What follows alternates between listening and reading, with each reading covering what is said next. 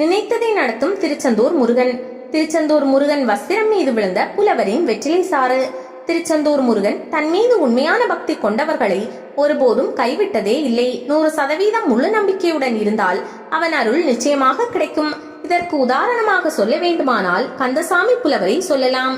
இவர் நெல்லை சீமையில் வீரபாண்டிய கட்டபொம்மன் வாழ்ந்த காலத்தில் வாழ்ந்தவர். நெல்லை அருகே உள்ள முத்தலாங்குறிச்சி என்ற சிறிய கிராமம் தான் இவரது சொந்த ஊராகும். இந்த ஊர் தாமிரபரணி நதிக்கரை ஓரம் அமைந்திருக்கும் கிராமங்களில் ஒன்றாகும். கந்தசாமி புலவர் தீவிர முருக பக்தர். முருகனின் பெயரை சொல்லாமல் அவர் எதையுமே செய்யவும் மாட்டார். எப்போதும் முருகனை பற்றியே அவர் பாடல்களை பாடிக்கொண்டிருப்பார். இதனால் அவரது புகழ் நெல்லை சீமை முழுவதும் பரவியிருந்தது. இவரது பாடல்களை கேட்க வீரபாண்டிய கட்டபொம்மனே பாஞ்சாலங்குறிச்சியில் உள்ள தனது அரண்மனையிலிருந்து குதிரையில் ஏறி முத்தலாங்குறிச்சி கிராமத்திற்கு வந்து விடுவாராம். பல தடவை கட்டபொம்மன் அப்படி வந்ததாக வரலாறு இருக்கிறது. முருகன் மீது பாடிய பாடல்களால் புகழ்பெற்ற கந்தசாமி புலவரிடம் ஒரே ஒரு குறை இருந்தது. அது அவருக்கு 2 கண்களுமே தெரியாது. பார்வையற்ற அவர் முருகனை தனது மனதுக்குள் நினைத்து நினைத்து பாடல்களை பாடுவதுண்டு. ஒரு நாள் கூட அவர் திருச்செந்தூர் முருகனை பற்றி பாடாமல் இருந்ததே கிடையாது. திருச்செந்தூர் முருகன் எந்த வடிவழகில் இருப்பார் என்பது அவருக்கு தெரியாது. ஆனாலும் முருகனின் அழகை மற்றவர்கள் சொல்வதை கேட்டு மனதிற்குள் கற்பனைகளை வரவழைத்து அவர் பாடல்கள் பாடுவது தனித்துவம் நிறைந்ததாக இருந்தது. கந்தசாமி புலவரிடம் இன்னொரு பழக்கமும் இருந்தது. ஒவ்வொரு மாதமும் கடைசி வெள்ளிக்கிழமை அவர் முத்தலாங்குறிச்சியிலிருந்து சுமார் 60 கிலோமீட்டர் தொலைவில் உள்ள திருச்செந்தூர் முருகன் ஆலயத்திற்கு நடந்தே வந்து விடுவார். சாலை வசதிகள் இல்லாத அந்த காலகட்டத்தில் கம்பை ஊன்றிக்கொண்டு தட்டு தடுமாறி அவர் திருச்செந்தூர் ஆலயத்திற்கு வந்து விடுவது உண்டு. கடலில் குளித்துவிட்டு ஆலயத்தை ஒரு முறை வலம் வந்து உள்ளே சென்று கருவறை சன்னதி முன்பு நின்று மனமுருக முருகனை பாடுவார். மாத கடைசி வெள்ளிக்கிழமைகளில் முருகன் முன்பு நின்று அவர் பாடும் பாடல்களை கேட்க பக்தர்கள் திரண்டு விடுவார்கள். அவர் பாடி முடித்ததும் கருவறை அர்ச்சகர்கள் முருகன் காலடியில் இருந்து பூக்களும் பன்னீர் இலை திருநீரும் பிரசாதங்களும் எடுத்து வந்து அவர் கையை பிடித்து கொடுப்பார்கள். முருகன் பிரசாதம் கிடைத்ததும் கந்தசாமி புலவர் திருச்செந்தூர் ஆலயத்திலிருந்து புறப்பட்டு மீண்டும் முத்தலாங்குறிச்சி சென்று விடுவார். கடைசி வெள்ளிக்கிழமை தவிர மற்ற நாட்களில் வீட்டில் இருக்கும் போதும் அவர் முருகன் படம் முன்பு அமர்ந்து முருகனை பற்றி பாடிக்கொண்டே இருப்பார். அவர் திருச்செந்தூர் முருகன் மீது வைத்திருந்த பக்தி முழுமையானது. சிறு துளி அளவு கூட மாசு மறுவற்றது. இதனால் தான் திருச்செந்தூர் முருகனின் கருணை பார்வையை அவர் பெற முடிந்தது. கந்தசாமி புலவருக்கு வெற்றிலை போடும் பழக்கம் இருந்தது. ஒரு நாள் அவர் வாய் நிறைய வெற்றிலை போட்டுக்கொண்டு ரசித்து ருசித்து சுவைத்துக் கொண்டிருந்தார். அப்போது திடீரென அவருக்கு முருகனை பாட வேண்டும் என்ற உணர்வு எழுந்தது. அடுத்த வினாடி திருச்செந்தூர் முருகனை புகழ்ந்து பாடினார். ஆனால் அவர் வாயிலிருந்த வெற்றிலை சாறு தெரித்து விழுந்தது. அவர் எச்சிலுடன் வெற்றிலை சாற்றின் ஒரு பகுதி அவர் முன்பிருந்த முருகன் படம் மீது விழுந்தது. அதே சமயத்தில் மற்றொரு அதிசயமும் நடந்தது. திருச்செந்தூர் ஆலயத்தின் கருவறையில் உள்ள முருகனின் அலங்கரிக்கப்பட்ட வஸ்திரம் மீது வெற்றிலை சாறு விழுந்திருந்தது. முத்தலாங்குறிச்சியில் கந்தசாமி புலவர் வாயிலிருந்து தெரித்த வெற்றிலை சாறு திருச்செந்தூர் முருகன் வஸ்திரம் மீது பட்டு இருந்தது. அந்த சமயத்தில் பூஜை செய்து வந்த அர்ச்சகர் முருகன் வஸ்திரத்தில் வெற்றிலை கரையை கண்டதும் பதறி அதிர்ச்சி அடைந்தார். நாம் வெற்றிலை போடவில்லை, வேறு யாரும் கருவறைக்குள் வரமாட்டார்கள். அப்படியானால் முருகன் அணிந்திருக்கும் ஆடை மீது வெற்றிலை சாறு எப்படி வந்தது என்று மனதிற்குள் கேள்விகளை கேட்டபடி குமுறினார். கடைசியில் இது முருகனின் லீலைகளில் ஒன்றாக இருக்கும். உரிய நேரத்தில் இதற்கான காரணத்தை முருகன் சொல்வார் என்று நினைத்தபடி அந்த அர்ச்சகர் பணிகளை முடித்துவிட்டு சென்று விட்டார். அன்றிரவு அவர் தூங்கிக் கொண்டிருக்கும் போது திருச்செந்தூர் முருகன் கனவில் வந்தார். ஒளியில் ஜொலித்த முருகப்பெருமான் அர்ச்சகரை பார்த்து, என்னப்பா, இன்று எனக்கு நீ பூஜை செய்யும் போது என் ஆடையில் காணப்பட்ட வெற்றிலை சாற்றை கண்டு குழம்பி போய்விட்டாய் அல்லவா? அதை பார்த்து பயந்து விட்டாயா?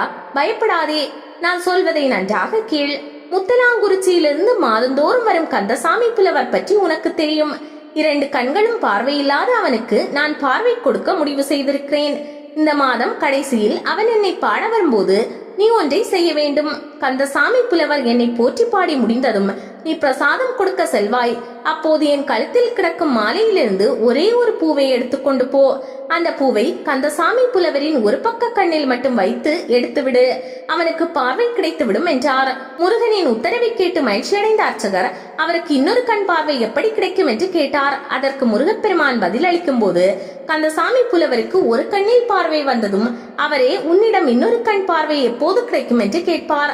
உடனே நீ பாஞ்சாலங்குறிச்சியில் இருக்கும் கட்டபொம்மன் மன்னர்கள் பரம்பரையில் 46வது மன்னராக இருக்கும் திக்விஜய கட்டபொம்மனை போய் பார். அவர் மூலம் உனக்கு மற்றொரு கண்ணில் பார்வை கிடைக்கும் என்று சொல். மற்றதை நான் பார்த்துக் கொள்கிறேன் என்றார். முருகன் இவ்வாறு சொல்லி முடித்த மறுவினாடி கனவு கலைந்தது. அர்ச்சகருக்கு வியர்த்து கொட்டியது. முருகனின் திருவிளையாடலை நினைத்து வியந்து போனார். கடைசி வெள்ளிக்கிழமைக்காக அவர் காத்து கொண்டிருந்தார். கடைசி வெள்ளிக்கிழமையும் வந்தது.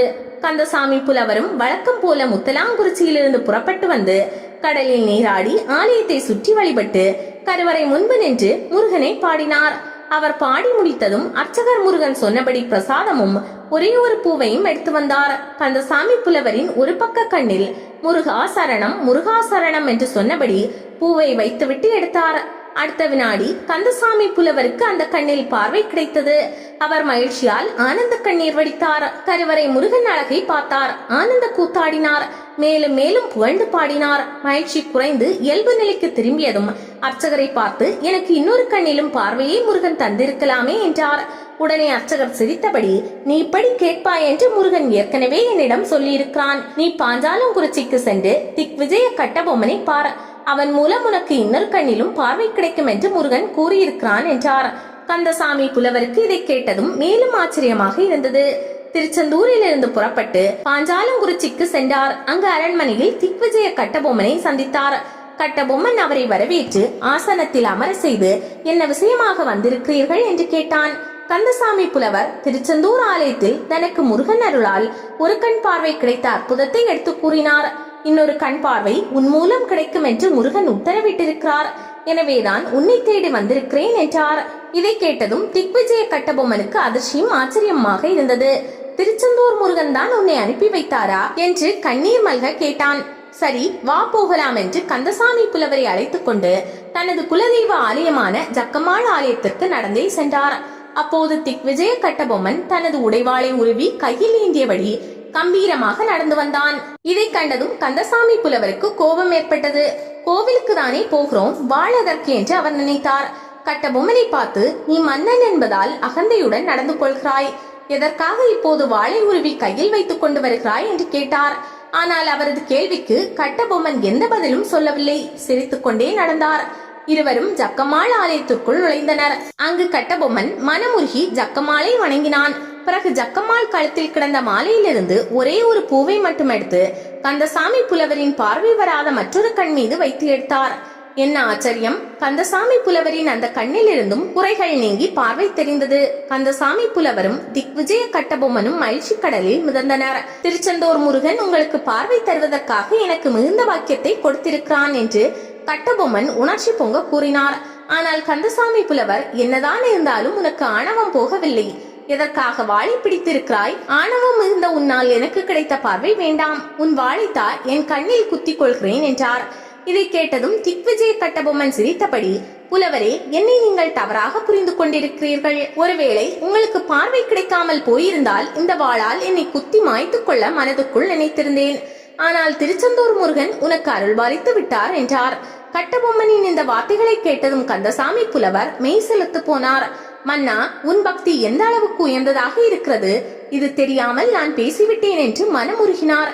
இந்த சம்பவத்தில் திருச்செந்தூர் முருகன் ஒரே நேரத்தில் கட்டபொம்மன், கந்தசாமி புலவர் இருவரது பக்தியும் கௌரவித்து உலகத்திற்கு உணர்த்தினார் என்பது குறிப்பிடத்தக்கது.